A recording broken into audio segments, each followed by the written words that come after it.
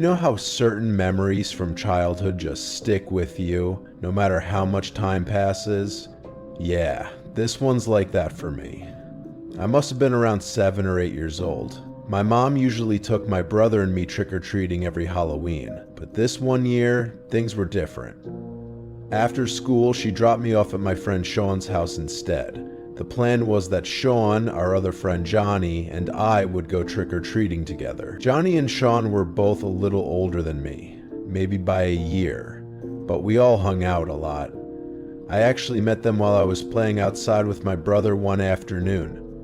They lived just around the block from us, so it didn't take long before we all started hanging out regularly. Now Sean, he had kind of a strange home life. I never really understood it back then, but looking back now, a lot of things about his house feel off. He had this much older sister, like in her 20s, who basically took care of him all the time. His dad wasn't in the picture, and his mom worked out of town a lot, so I hardly ever saw her. Maybe once or twice, tops. Whenever I was at Sean's house, it always smelled like cats, strong enough that you'd notice it the second you stepped in. And his sister, she always had some guy over. A new one every time, it seemed. She never said hi to me, never even looked at me. There was this coldness about her, like she didn't really want kids around. Anyway, that Halloween night, my mom dropped me off expecting that Sean's mom, or maybe his sister, would be coming with us. You know, just to supervise. She said goodbye and drove off, and I went inside to meet the guys. Johnny was already there, sitting on the couch with his pillowcase ready to fill up with candy. That's when I found out. No adults were coming with us. Not Sean's mom, not his sister. Nobody. At first I felt this weird mix of emotions, like part of me knew my mom would never have let me go out unsupervised, but another part of me, the kid in me, felt this little spark of excitement, the kind you get when you realize no one's watching and you can just do whatever you want. So, the three of us grabbed our pillowcases and set off into the neighborhood. It was still early, around 5 o'clock. But since it was a Friday, we didn't have school the next day. We planned on going until our bags were completely packed with candy. A few people asked us along the way if we were out there alone or where our parents were. And every time, Johnny had this same quick answer ready. My mom's up ahead with my sister. Somehow that lie worked every single time. Sean's place felt like total freedom to me back then. He didn't have parents checking in. No one telling him when to eat or when to go to bed. That night, he tossed a few frozen pizzas in the oven, and we sat in the living room, watching Halloween specials on Nickelodeon, surrounded by candy wrappers and the smell of cheap pepperoni. At that age, I thought it was awesome, doing whatever we wanted with no adults around. But now, looking back, I realized how wrong I was. That freedom came with something darker. After about an hour, Johnny's mom came to pick him up, leaving just me and Sean. The house felt quieter, almost too quiet. Sean looked at me and said, "Want to go for round 2?" I hesitated for a second, but of course I said yes. It was Halloween night. Why stop now? So we grabbed our pillowcases, put on our masks, and stepped back out into the dark street, not knowing this next part of the night would stick in my memory forever. It was fully dark now, probably past 8 p.m., and the neighborhood had quieted down. Most of the little kids were home, leaving the streets almost empty. The air felt colder, heavier. Sean and I decided to hit a few blocks we hadn't been to yet, which meant walking farther from his house. Streetlights flickered above us as we knocked on random doors, some people still handing out candy, others ignoring us completely. A few grown-ups mentioned how late it was, asking if our parents were nearby. We just laughed it off, pretending not to care. Then I noticed him. A man a few houses down, slowly pushing a stroller. At first, I didn't think much of it. Maybe he was just a dad taking his kid out late. But something about him felt off. He wasn't walking like a tired parent. He was dragging his feet, staring straight ahead. Every time we moved, it felt like he was keeping pace with us. I told myself it was just my imagination, but the longer we walked, the closer he seemed to get. At first, we thought he was just another dad finishing up trick-or-treating with his kid. But the closer he got, the stranger it felt. He was softly humming, almost whispering, "shh," under his breath as he pushed that stroller down the sidewalk. When he finally caught up to us, he smiled and said, "How's the trick-or-treating going, boys?" We both answered, "Good," at the same time, trying to sound casual. Then he said, "It's getting pretty late. I'm heading home. I can give you guys the rest of my candy." Sean and I looked at each other like we just won the lottery. Free candy from an adult? Sean grinned and asked, "What kind of candy?" He told us he had a bunch of different candies left over, saying he didn't get to hand much out because he wanted to take his daughter out for a short trick-or-treat stroll. Hanging from the stroller's handle was a plastic bag filled with candy, and our eyes lit up the second we saw it. The stroller itself was completely covered by one of those folding canopies, so we couldn't see the little girl inside. He said softly, "She's asleep. Don't want to wake her." Then he pointed down the street and said his house was just up ahead. We followed behind him, our footsteps echoing against the quiet sidewalk. But as we walked, I noticed he started moving faster, not like a normal walk, more like he couldn't wait to get there. Something about the way he gripped the stroller suddenly made me uneasy. As we kept walking, I realized how empty the streets had gotten. For a Friday night on Halloween, it was way too quiet. No kids laughing, no parents talking, just the sound of our shoes scraping the pavement. The man kept chatting with us, asking normal questions like what school we went to and which part of the neighborhood we lived in. Sean did most of the talking, since he was older, and always acted like he had things under control. But every so often, the man would lean down toward the stroller and whisper in this weird, high-pitched voice. Like baby talk, to his daughter, only there was no response. No giggle, no sound, not even a movement from under that canopy. Every time he did it, something inside me twisted. Something felt seriously wrong, but I didn't know how to say it without sounding paranoid. Remember feeling uneasy the second we stepped inside. The air felt heavy and the house was oddly quiet. Too quiet for a man who supposedly lived there with a kid. The stroller just sat in the middle of the room, facing away from us. Sean and I stood there awkwardly, whispering to each other about how weird it felt. Minutes passed and the man still hadn't come back.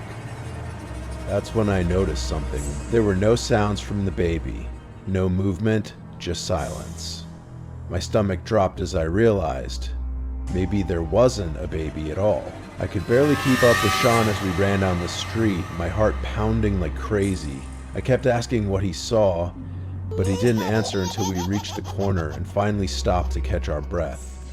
His face was pale, eyes wide with fear. He said there was no baby in the stroller, just a doll. But the weirdest part, its eyes had been scratched out. The man never followed us, but the image of that empty house and that broken doll still haunts me every Halloween night. That night never really left me. Even after all these years, every Halloween brings that memory rushing back. The quiet street, the cold air, and that man's unsettling smile. My mom tried to act calm when the police came, but I could tell she was scared. She wouldn't let me go trick-or-treating again after that, and honestly, I didn't argue. Something about that night felt wrong on a level I can't explain. I remember lying in bed, staring at the ceiling, wondering what the police found, or didn't find, when they went back to that house. My mom never told me, and I think part of me didn't want to know. The way she avoided the topic made me realize whatever happened next wasn't something a kid should hear. Sean and I stopped hanging out much after that. I think the whole thing just broke something between us. We'd see each other at school, give an awkward wave, and that was it. Life went on, but that memory never faded. Every Halloween night since, when I see parents pushing strollers down the street, I feel my chest tighten. Because now, I can't help but look closer, just to make sure there's really a baby inside. And sometimes, late at night when the wind gets quiet, I swear I can still hear the faint sound of wheels rolling across the pavement. Like that man is still out there, somewhere, waiting for the next pair of kids who trust too easily.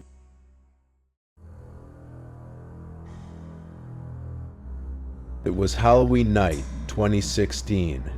My parents had me in charge of handing out candy, which honestly felt more like a punishment than anything.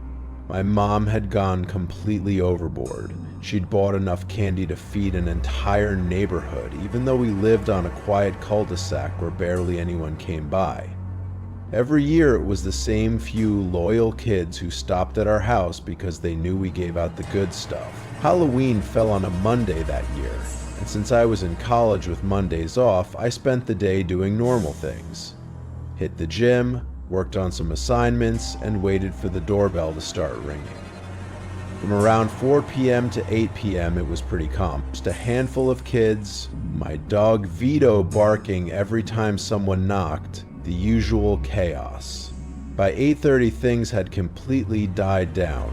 I figured Halloween was officially over, so I made myself a bowl of my mom's leftover stew, went to my room, and turned on Game of Thrones. I was halfway through my second episode when the doorbell suddenly rang again. Vito went nuts, barking like crazy. I checked the clock, it was 9:30 p.m., way too late for trick-or-treaters. I got up, walked downstairs, and peeked through the glass door. That's when I saw him. A tall man standing completely still on the porch, wearing a full clown costume and one of the creepiest masks I'd ever seen. I could tell from his build he was definitely a grown man, not some teenager trying to score extra candy. Something about him just felt off. The frame of that person, it was tall. Too tall to be a kid. He just stood there, waving at me through the glass, holding this brown paper bag that looked completely empty. My stomach dropped. Something about the way he moved didn't feel right. Almost robotic. I didn't even bother opening the storm door. I just said, "Sorry, we're out of candy," my voice cracking a little, and slammed the door shut, and locked it immediately, my hands trembling. For a second, I just stood there, listening. Nothing. No footsteps, no rustling, just silence. I remember thinking, why did I even open the door? It didn't feel like a parent or a teenager pulling a prank. Whoever was out there wasn't normal. It was like he was just watching me through that mask, not moving, not leaving.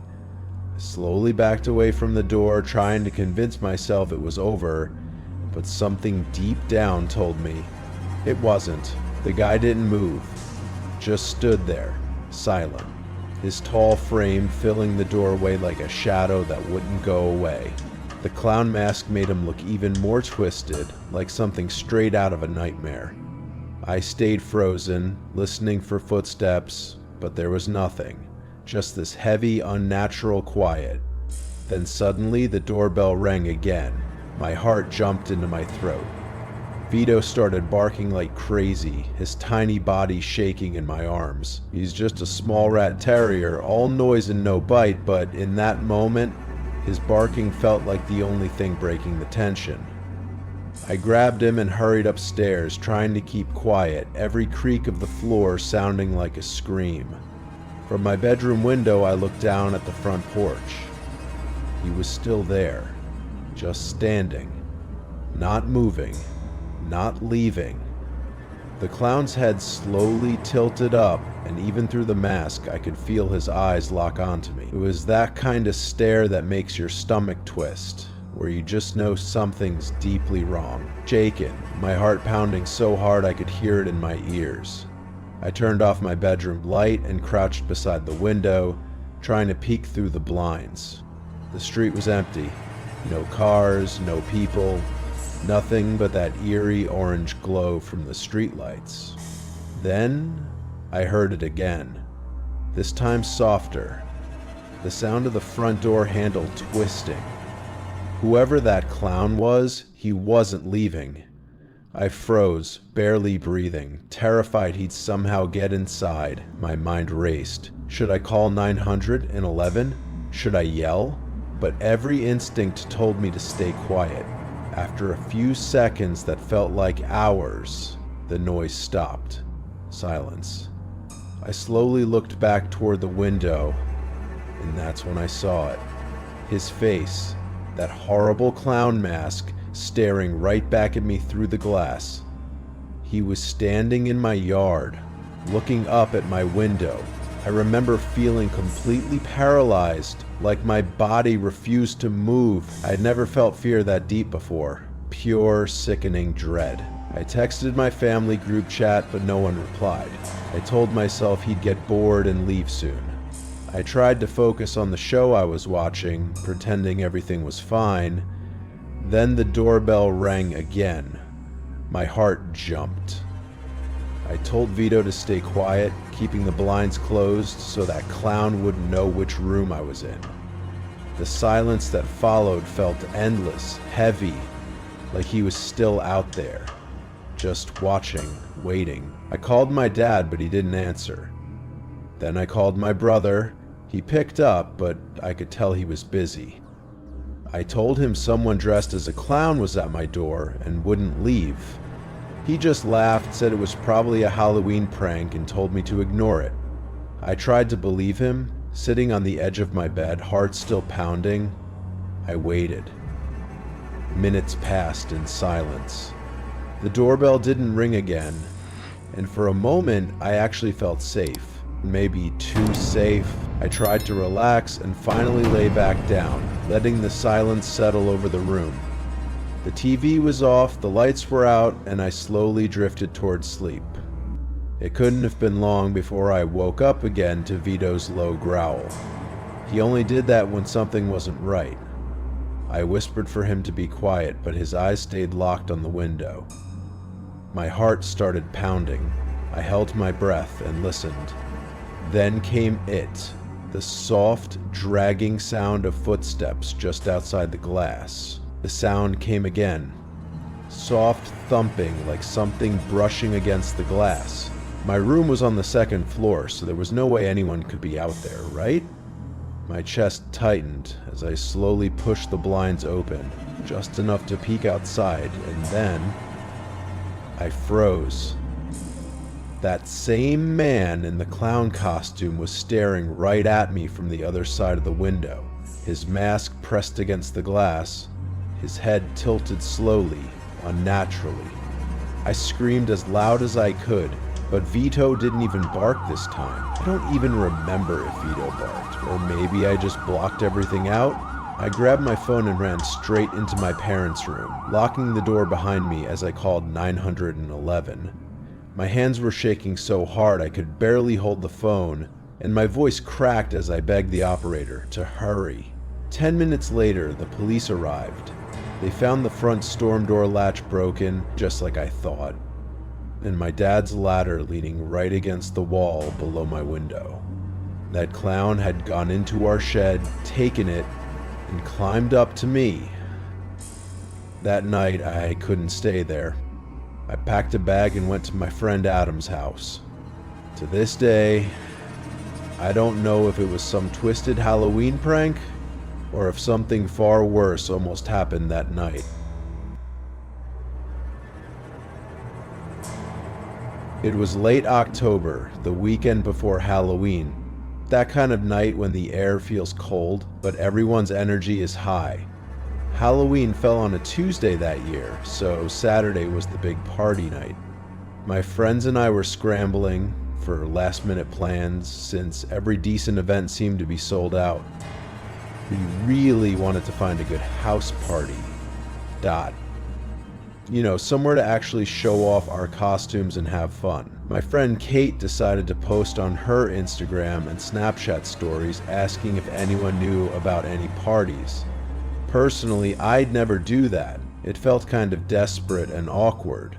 But honestly, I was glad she did. Not even an hour later, she texted our group chat with a screenshot of an invite she got. It had the address, the start time, and a few odd rules, like the party would be strictly indoors, no backyard access, and you had to bring at least one girl for every guy. The message came from one of our guy friends, someone we all kind of knew, and he mentioned a few familiar names who'd be there too. The house was only one town over, so we decided to get ready at Shauna's place first. We pre-gamed, laughed, took pictures, and waited for the guys to confirm they were going before calling an Uber. We were 4 girls, all dressed up and excited, thinking we were about to have the best night ever. When we pulled up, the place looked huge, cars everywhere, orange lights glowing faintly through the windows. The bass thumped as we got closer, and when I opened the door, we stepped into a dimly lit house filled with strangers, and the smell of cheap alcohol. An older man approached us almost immediately, introduced himself as John, Luke's dad, and said Luke was the one throwing the party. I asked where Luke was, and the man smiled, saying, "Oh, he's around here somewhere. You'll find him soon." Then he asked if we wanted to put our drinks in the cooler and led us into the kitchen where 3 big coolers sat filled with ice and half-empty cans. We dropped ours in and tried to blend in, but something about the whole vibe felt off. The man, John, looked to be in his 50s, which made sense if his son was throwing the party, but it was strange how involved he was. He wasn't just hanging back, he was moving through the crowd, laughing loudly, chatting mostly with the girls, and yeah, he definitely seemed drunk. The house felt too quiet between songs, too dim for a real party. My friends and I joined a group of guys at a beer pong table just to break the weird tension. For a moment, it felt almost normal. Music, laughter, drinks clinking. But the way John kept glancing at us from across the room made my stomach twist. It was like he wasn't just watching the party. He was watching us. My friends were on the way, which made me feel a little better. Then suddenly, John yelled out my name and Cage from the kitchen, shouting, "Shots!" My other 2 friends, Shauna and Tracy, looked kind of annoyed, so I asked if we could all have one. He grinned and said, "Yeah, sure." We joined him by the counter and he poured us each a shot of tequila. I gagged. It was so strong and there was no lime. By then I was definitely feeling drunk. But the weird thing was how much John, the dad, was hyping up the party, acting way too friendly, almost pushy. It didn't feel like just being nice anymore. It felt like he wanted something. My friends were on the way, which made me feel a little better. Then suddenly, John yelled out my name and Kate's from the kitchen shouting, "Shots!" My other 2 friends, Shauna and Tracy, looked kind of annoyed, so I asked if we could all have one. He grinned and said, "Yeah, sure." We joined him by the counter and he poured us each a shot of tequila. I gagged. It was so strong and there was no lime. By then, I was definitely feeling drunk. But the weird thing was how much John, the dad, was hyping up the party, acting way too friendly, almost pushy. It didn't feel like just being nice anymore. It felt like he wanted something. John came back with 2 more drinks for Shauna and Tracy, all poured into red Solo cups. He handed me a vodka soda, smiling like he'd been waiting to do that. I sipped it during our beer pong game, trying to pace myself since I was already pretty drunk. After we lost to some random guy, I went to grab my phone, only to see it hadn't charged at all. Same battery percentage. The outlet wasn't working. I thought about plugging it somewhere else, but something about this house, about him, made me uneasy. I decided not to risk it. And that's when I started realizing just how strange everything felt. Our guy friends eventually showed up, and from that point everything started to blur. Fast. One minute I was laughing and talking to Jeff, and the next, nothing. Just darkness. The next thing I knew, I was being shaken awake in the car parked outside my house. My head was spinning, my vision blurry, and my stomach felt sick. One of the guys walked me to the door, helped me inside, then left. The house was quiet. My parents were asleep in their room. I remember standing there, dizzy and confused, wondering what had happened that I couldn't remember. Our guy friends eventually showed up, and from that point everything started to blur. Fast. One minute I was laughing and talking to Jeff, and the next, nothing. Just darkness. The next thing I knew, I was being shaken awake in the car parked outside my house. My head was spinning, my vision blurry, and my stomach felt sick. One of the guys walked me to the door, helped me inside, then left. The house was quiet. My parents were asleep in their room. I remember standing there dizzy and confused, wondering what had happened that I couldn't remember. Even now, I still get chills just thinking about that night. It's like a nightmare that doesn't completely fade, no matter how much time passes. The idea that someone could go that far, to plan something so twisted, so calculated, just to take advantage of people, makes my stomach turn. That man wasn't just some drunk dad who got too involved in a Halloween party. He was a predator who set up an entire fake event inside a vacant house just to lure young women in. He made it all look so real. The decorations, the drinks, the energy, everything felt like a normal party. And that's exactly what makes it so terrifying. We never saw his supposed son, never met anyone who actually lived there. Looking back, all the small red flags make sense now. The empty rooms, the weird energy, how John was way too eager to keep everyone drinking. He wasn't just being social. He was hunting. When the police told us the house had been vacant for months, I swear my heart dropped. That was the moment everything clicked into place, and it was like all the air got sucked out of the room. I remember looking at my friends' faces. We were all pale, shaking, completely speechless. The cops said they'd try to trace the fake number he used, but it was a dead end. A voice over IP, he knew exactly what he was doing. He planned this. He even used a fake number so we couldn't trace him, and the thought that he still might be out there somewhere keeps me up at night. I still can't sleep without checking the locks, double checking the windows, and keeping my phone close by just in case. A month has passed and we still haven't heard a word from the police. No arrests, no updates, no closure. I can't stop replaying that night in my head. What if my friends hadn't noticed something was off? What if they didn't pull me away in time? I might not even be here to tell this story. It's horrifying to realize how quickly a fun Halloween night could have turned into something truly tragic. So if you're watching this, please let my story be a warning. It's so easy to trust a friendly face, especially when everyone's in costume and the night feels carefree. But evil doesn't always look like a monster. It can look like a smiling man offering you a drink. Always stick with your friends, watch your drinks, and if something feels even slightly off, trust your gut. Halloween is supposed to be a night of fun and scares, but not the kind that follow you home. So please, stay safe out there. And if you liked this story and want to hear more real-life horror experiences just like it, make sure to check out the next video on my channel. It's even more chilling. What would you have done if you were in my place that night? Would you have trusted John?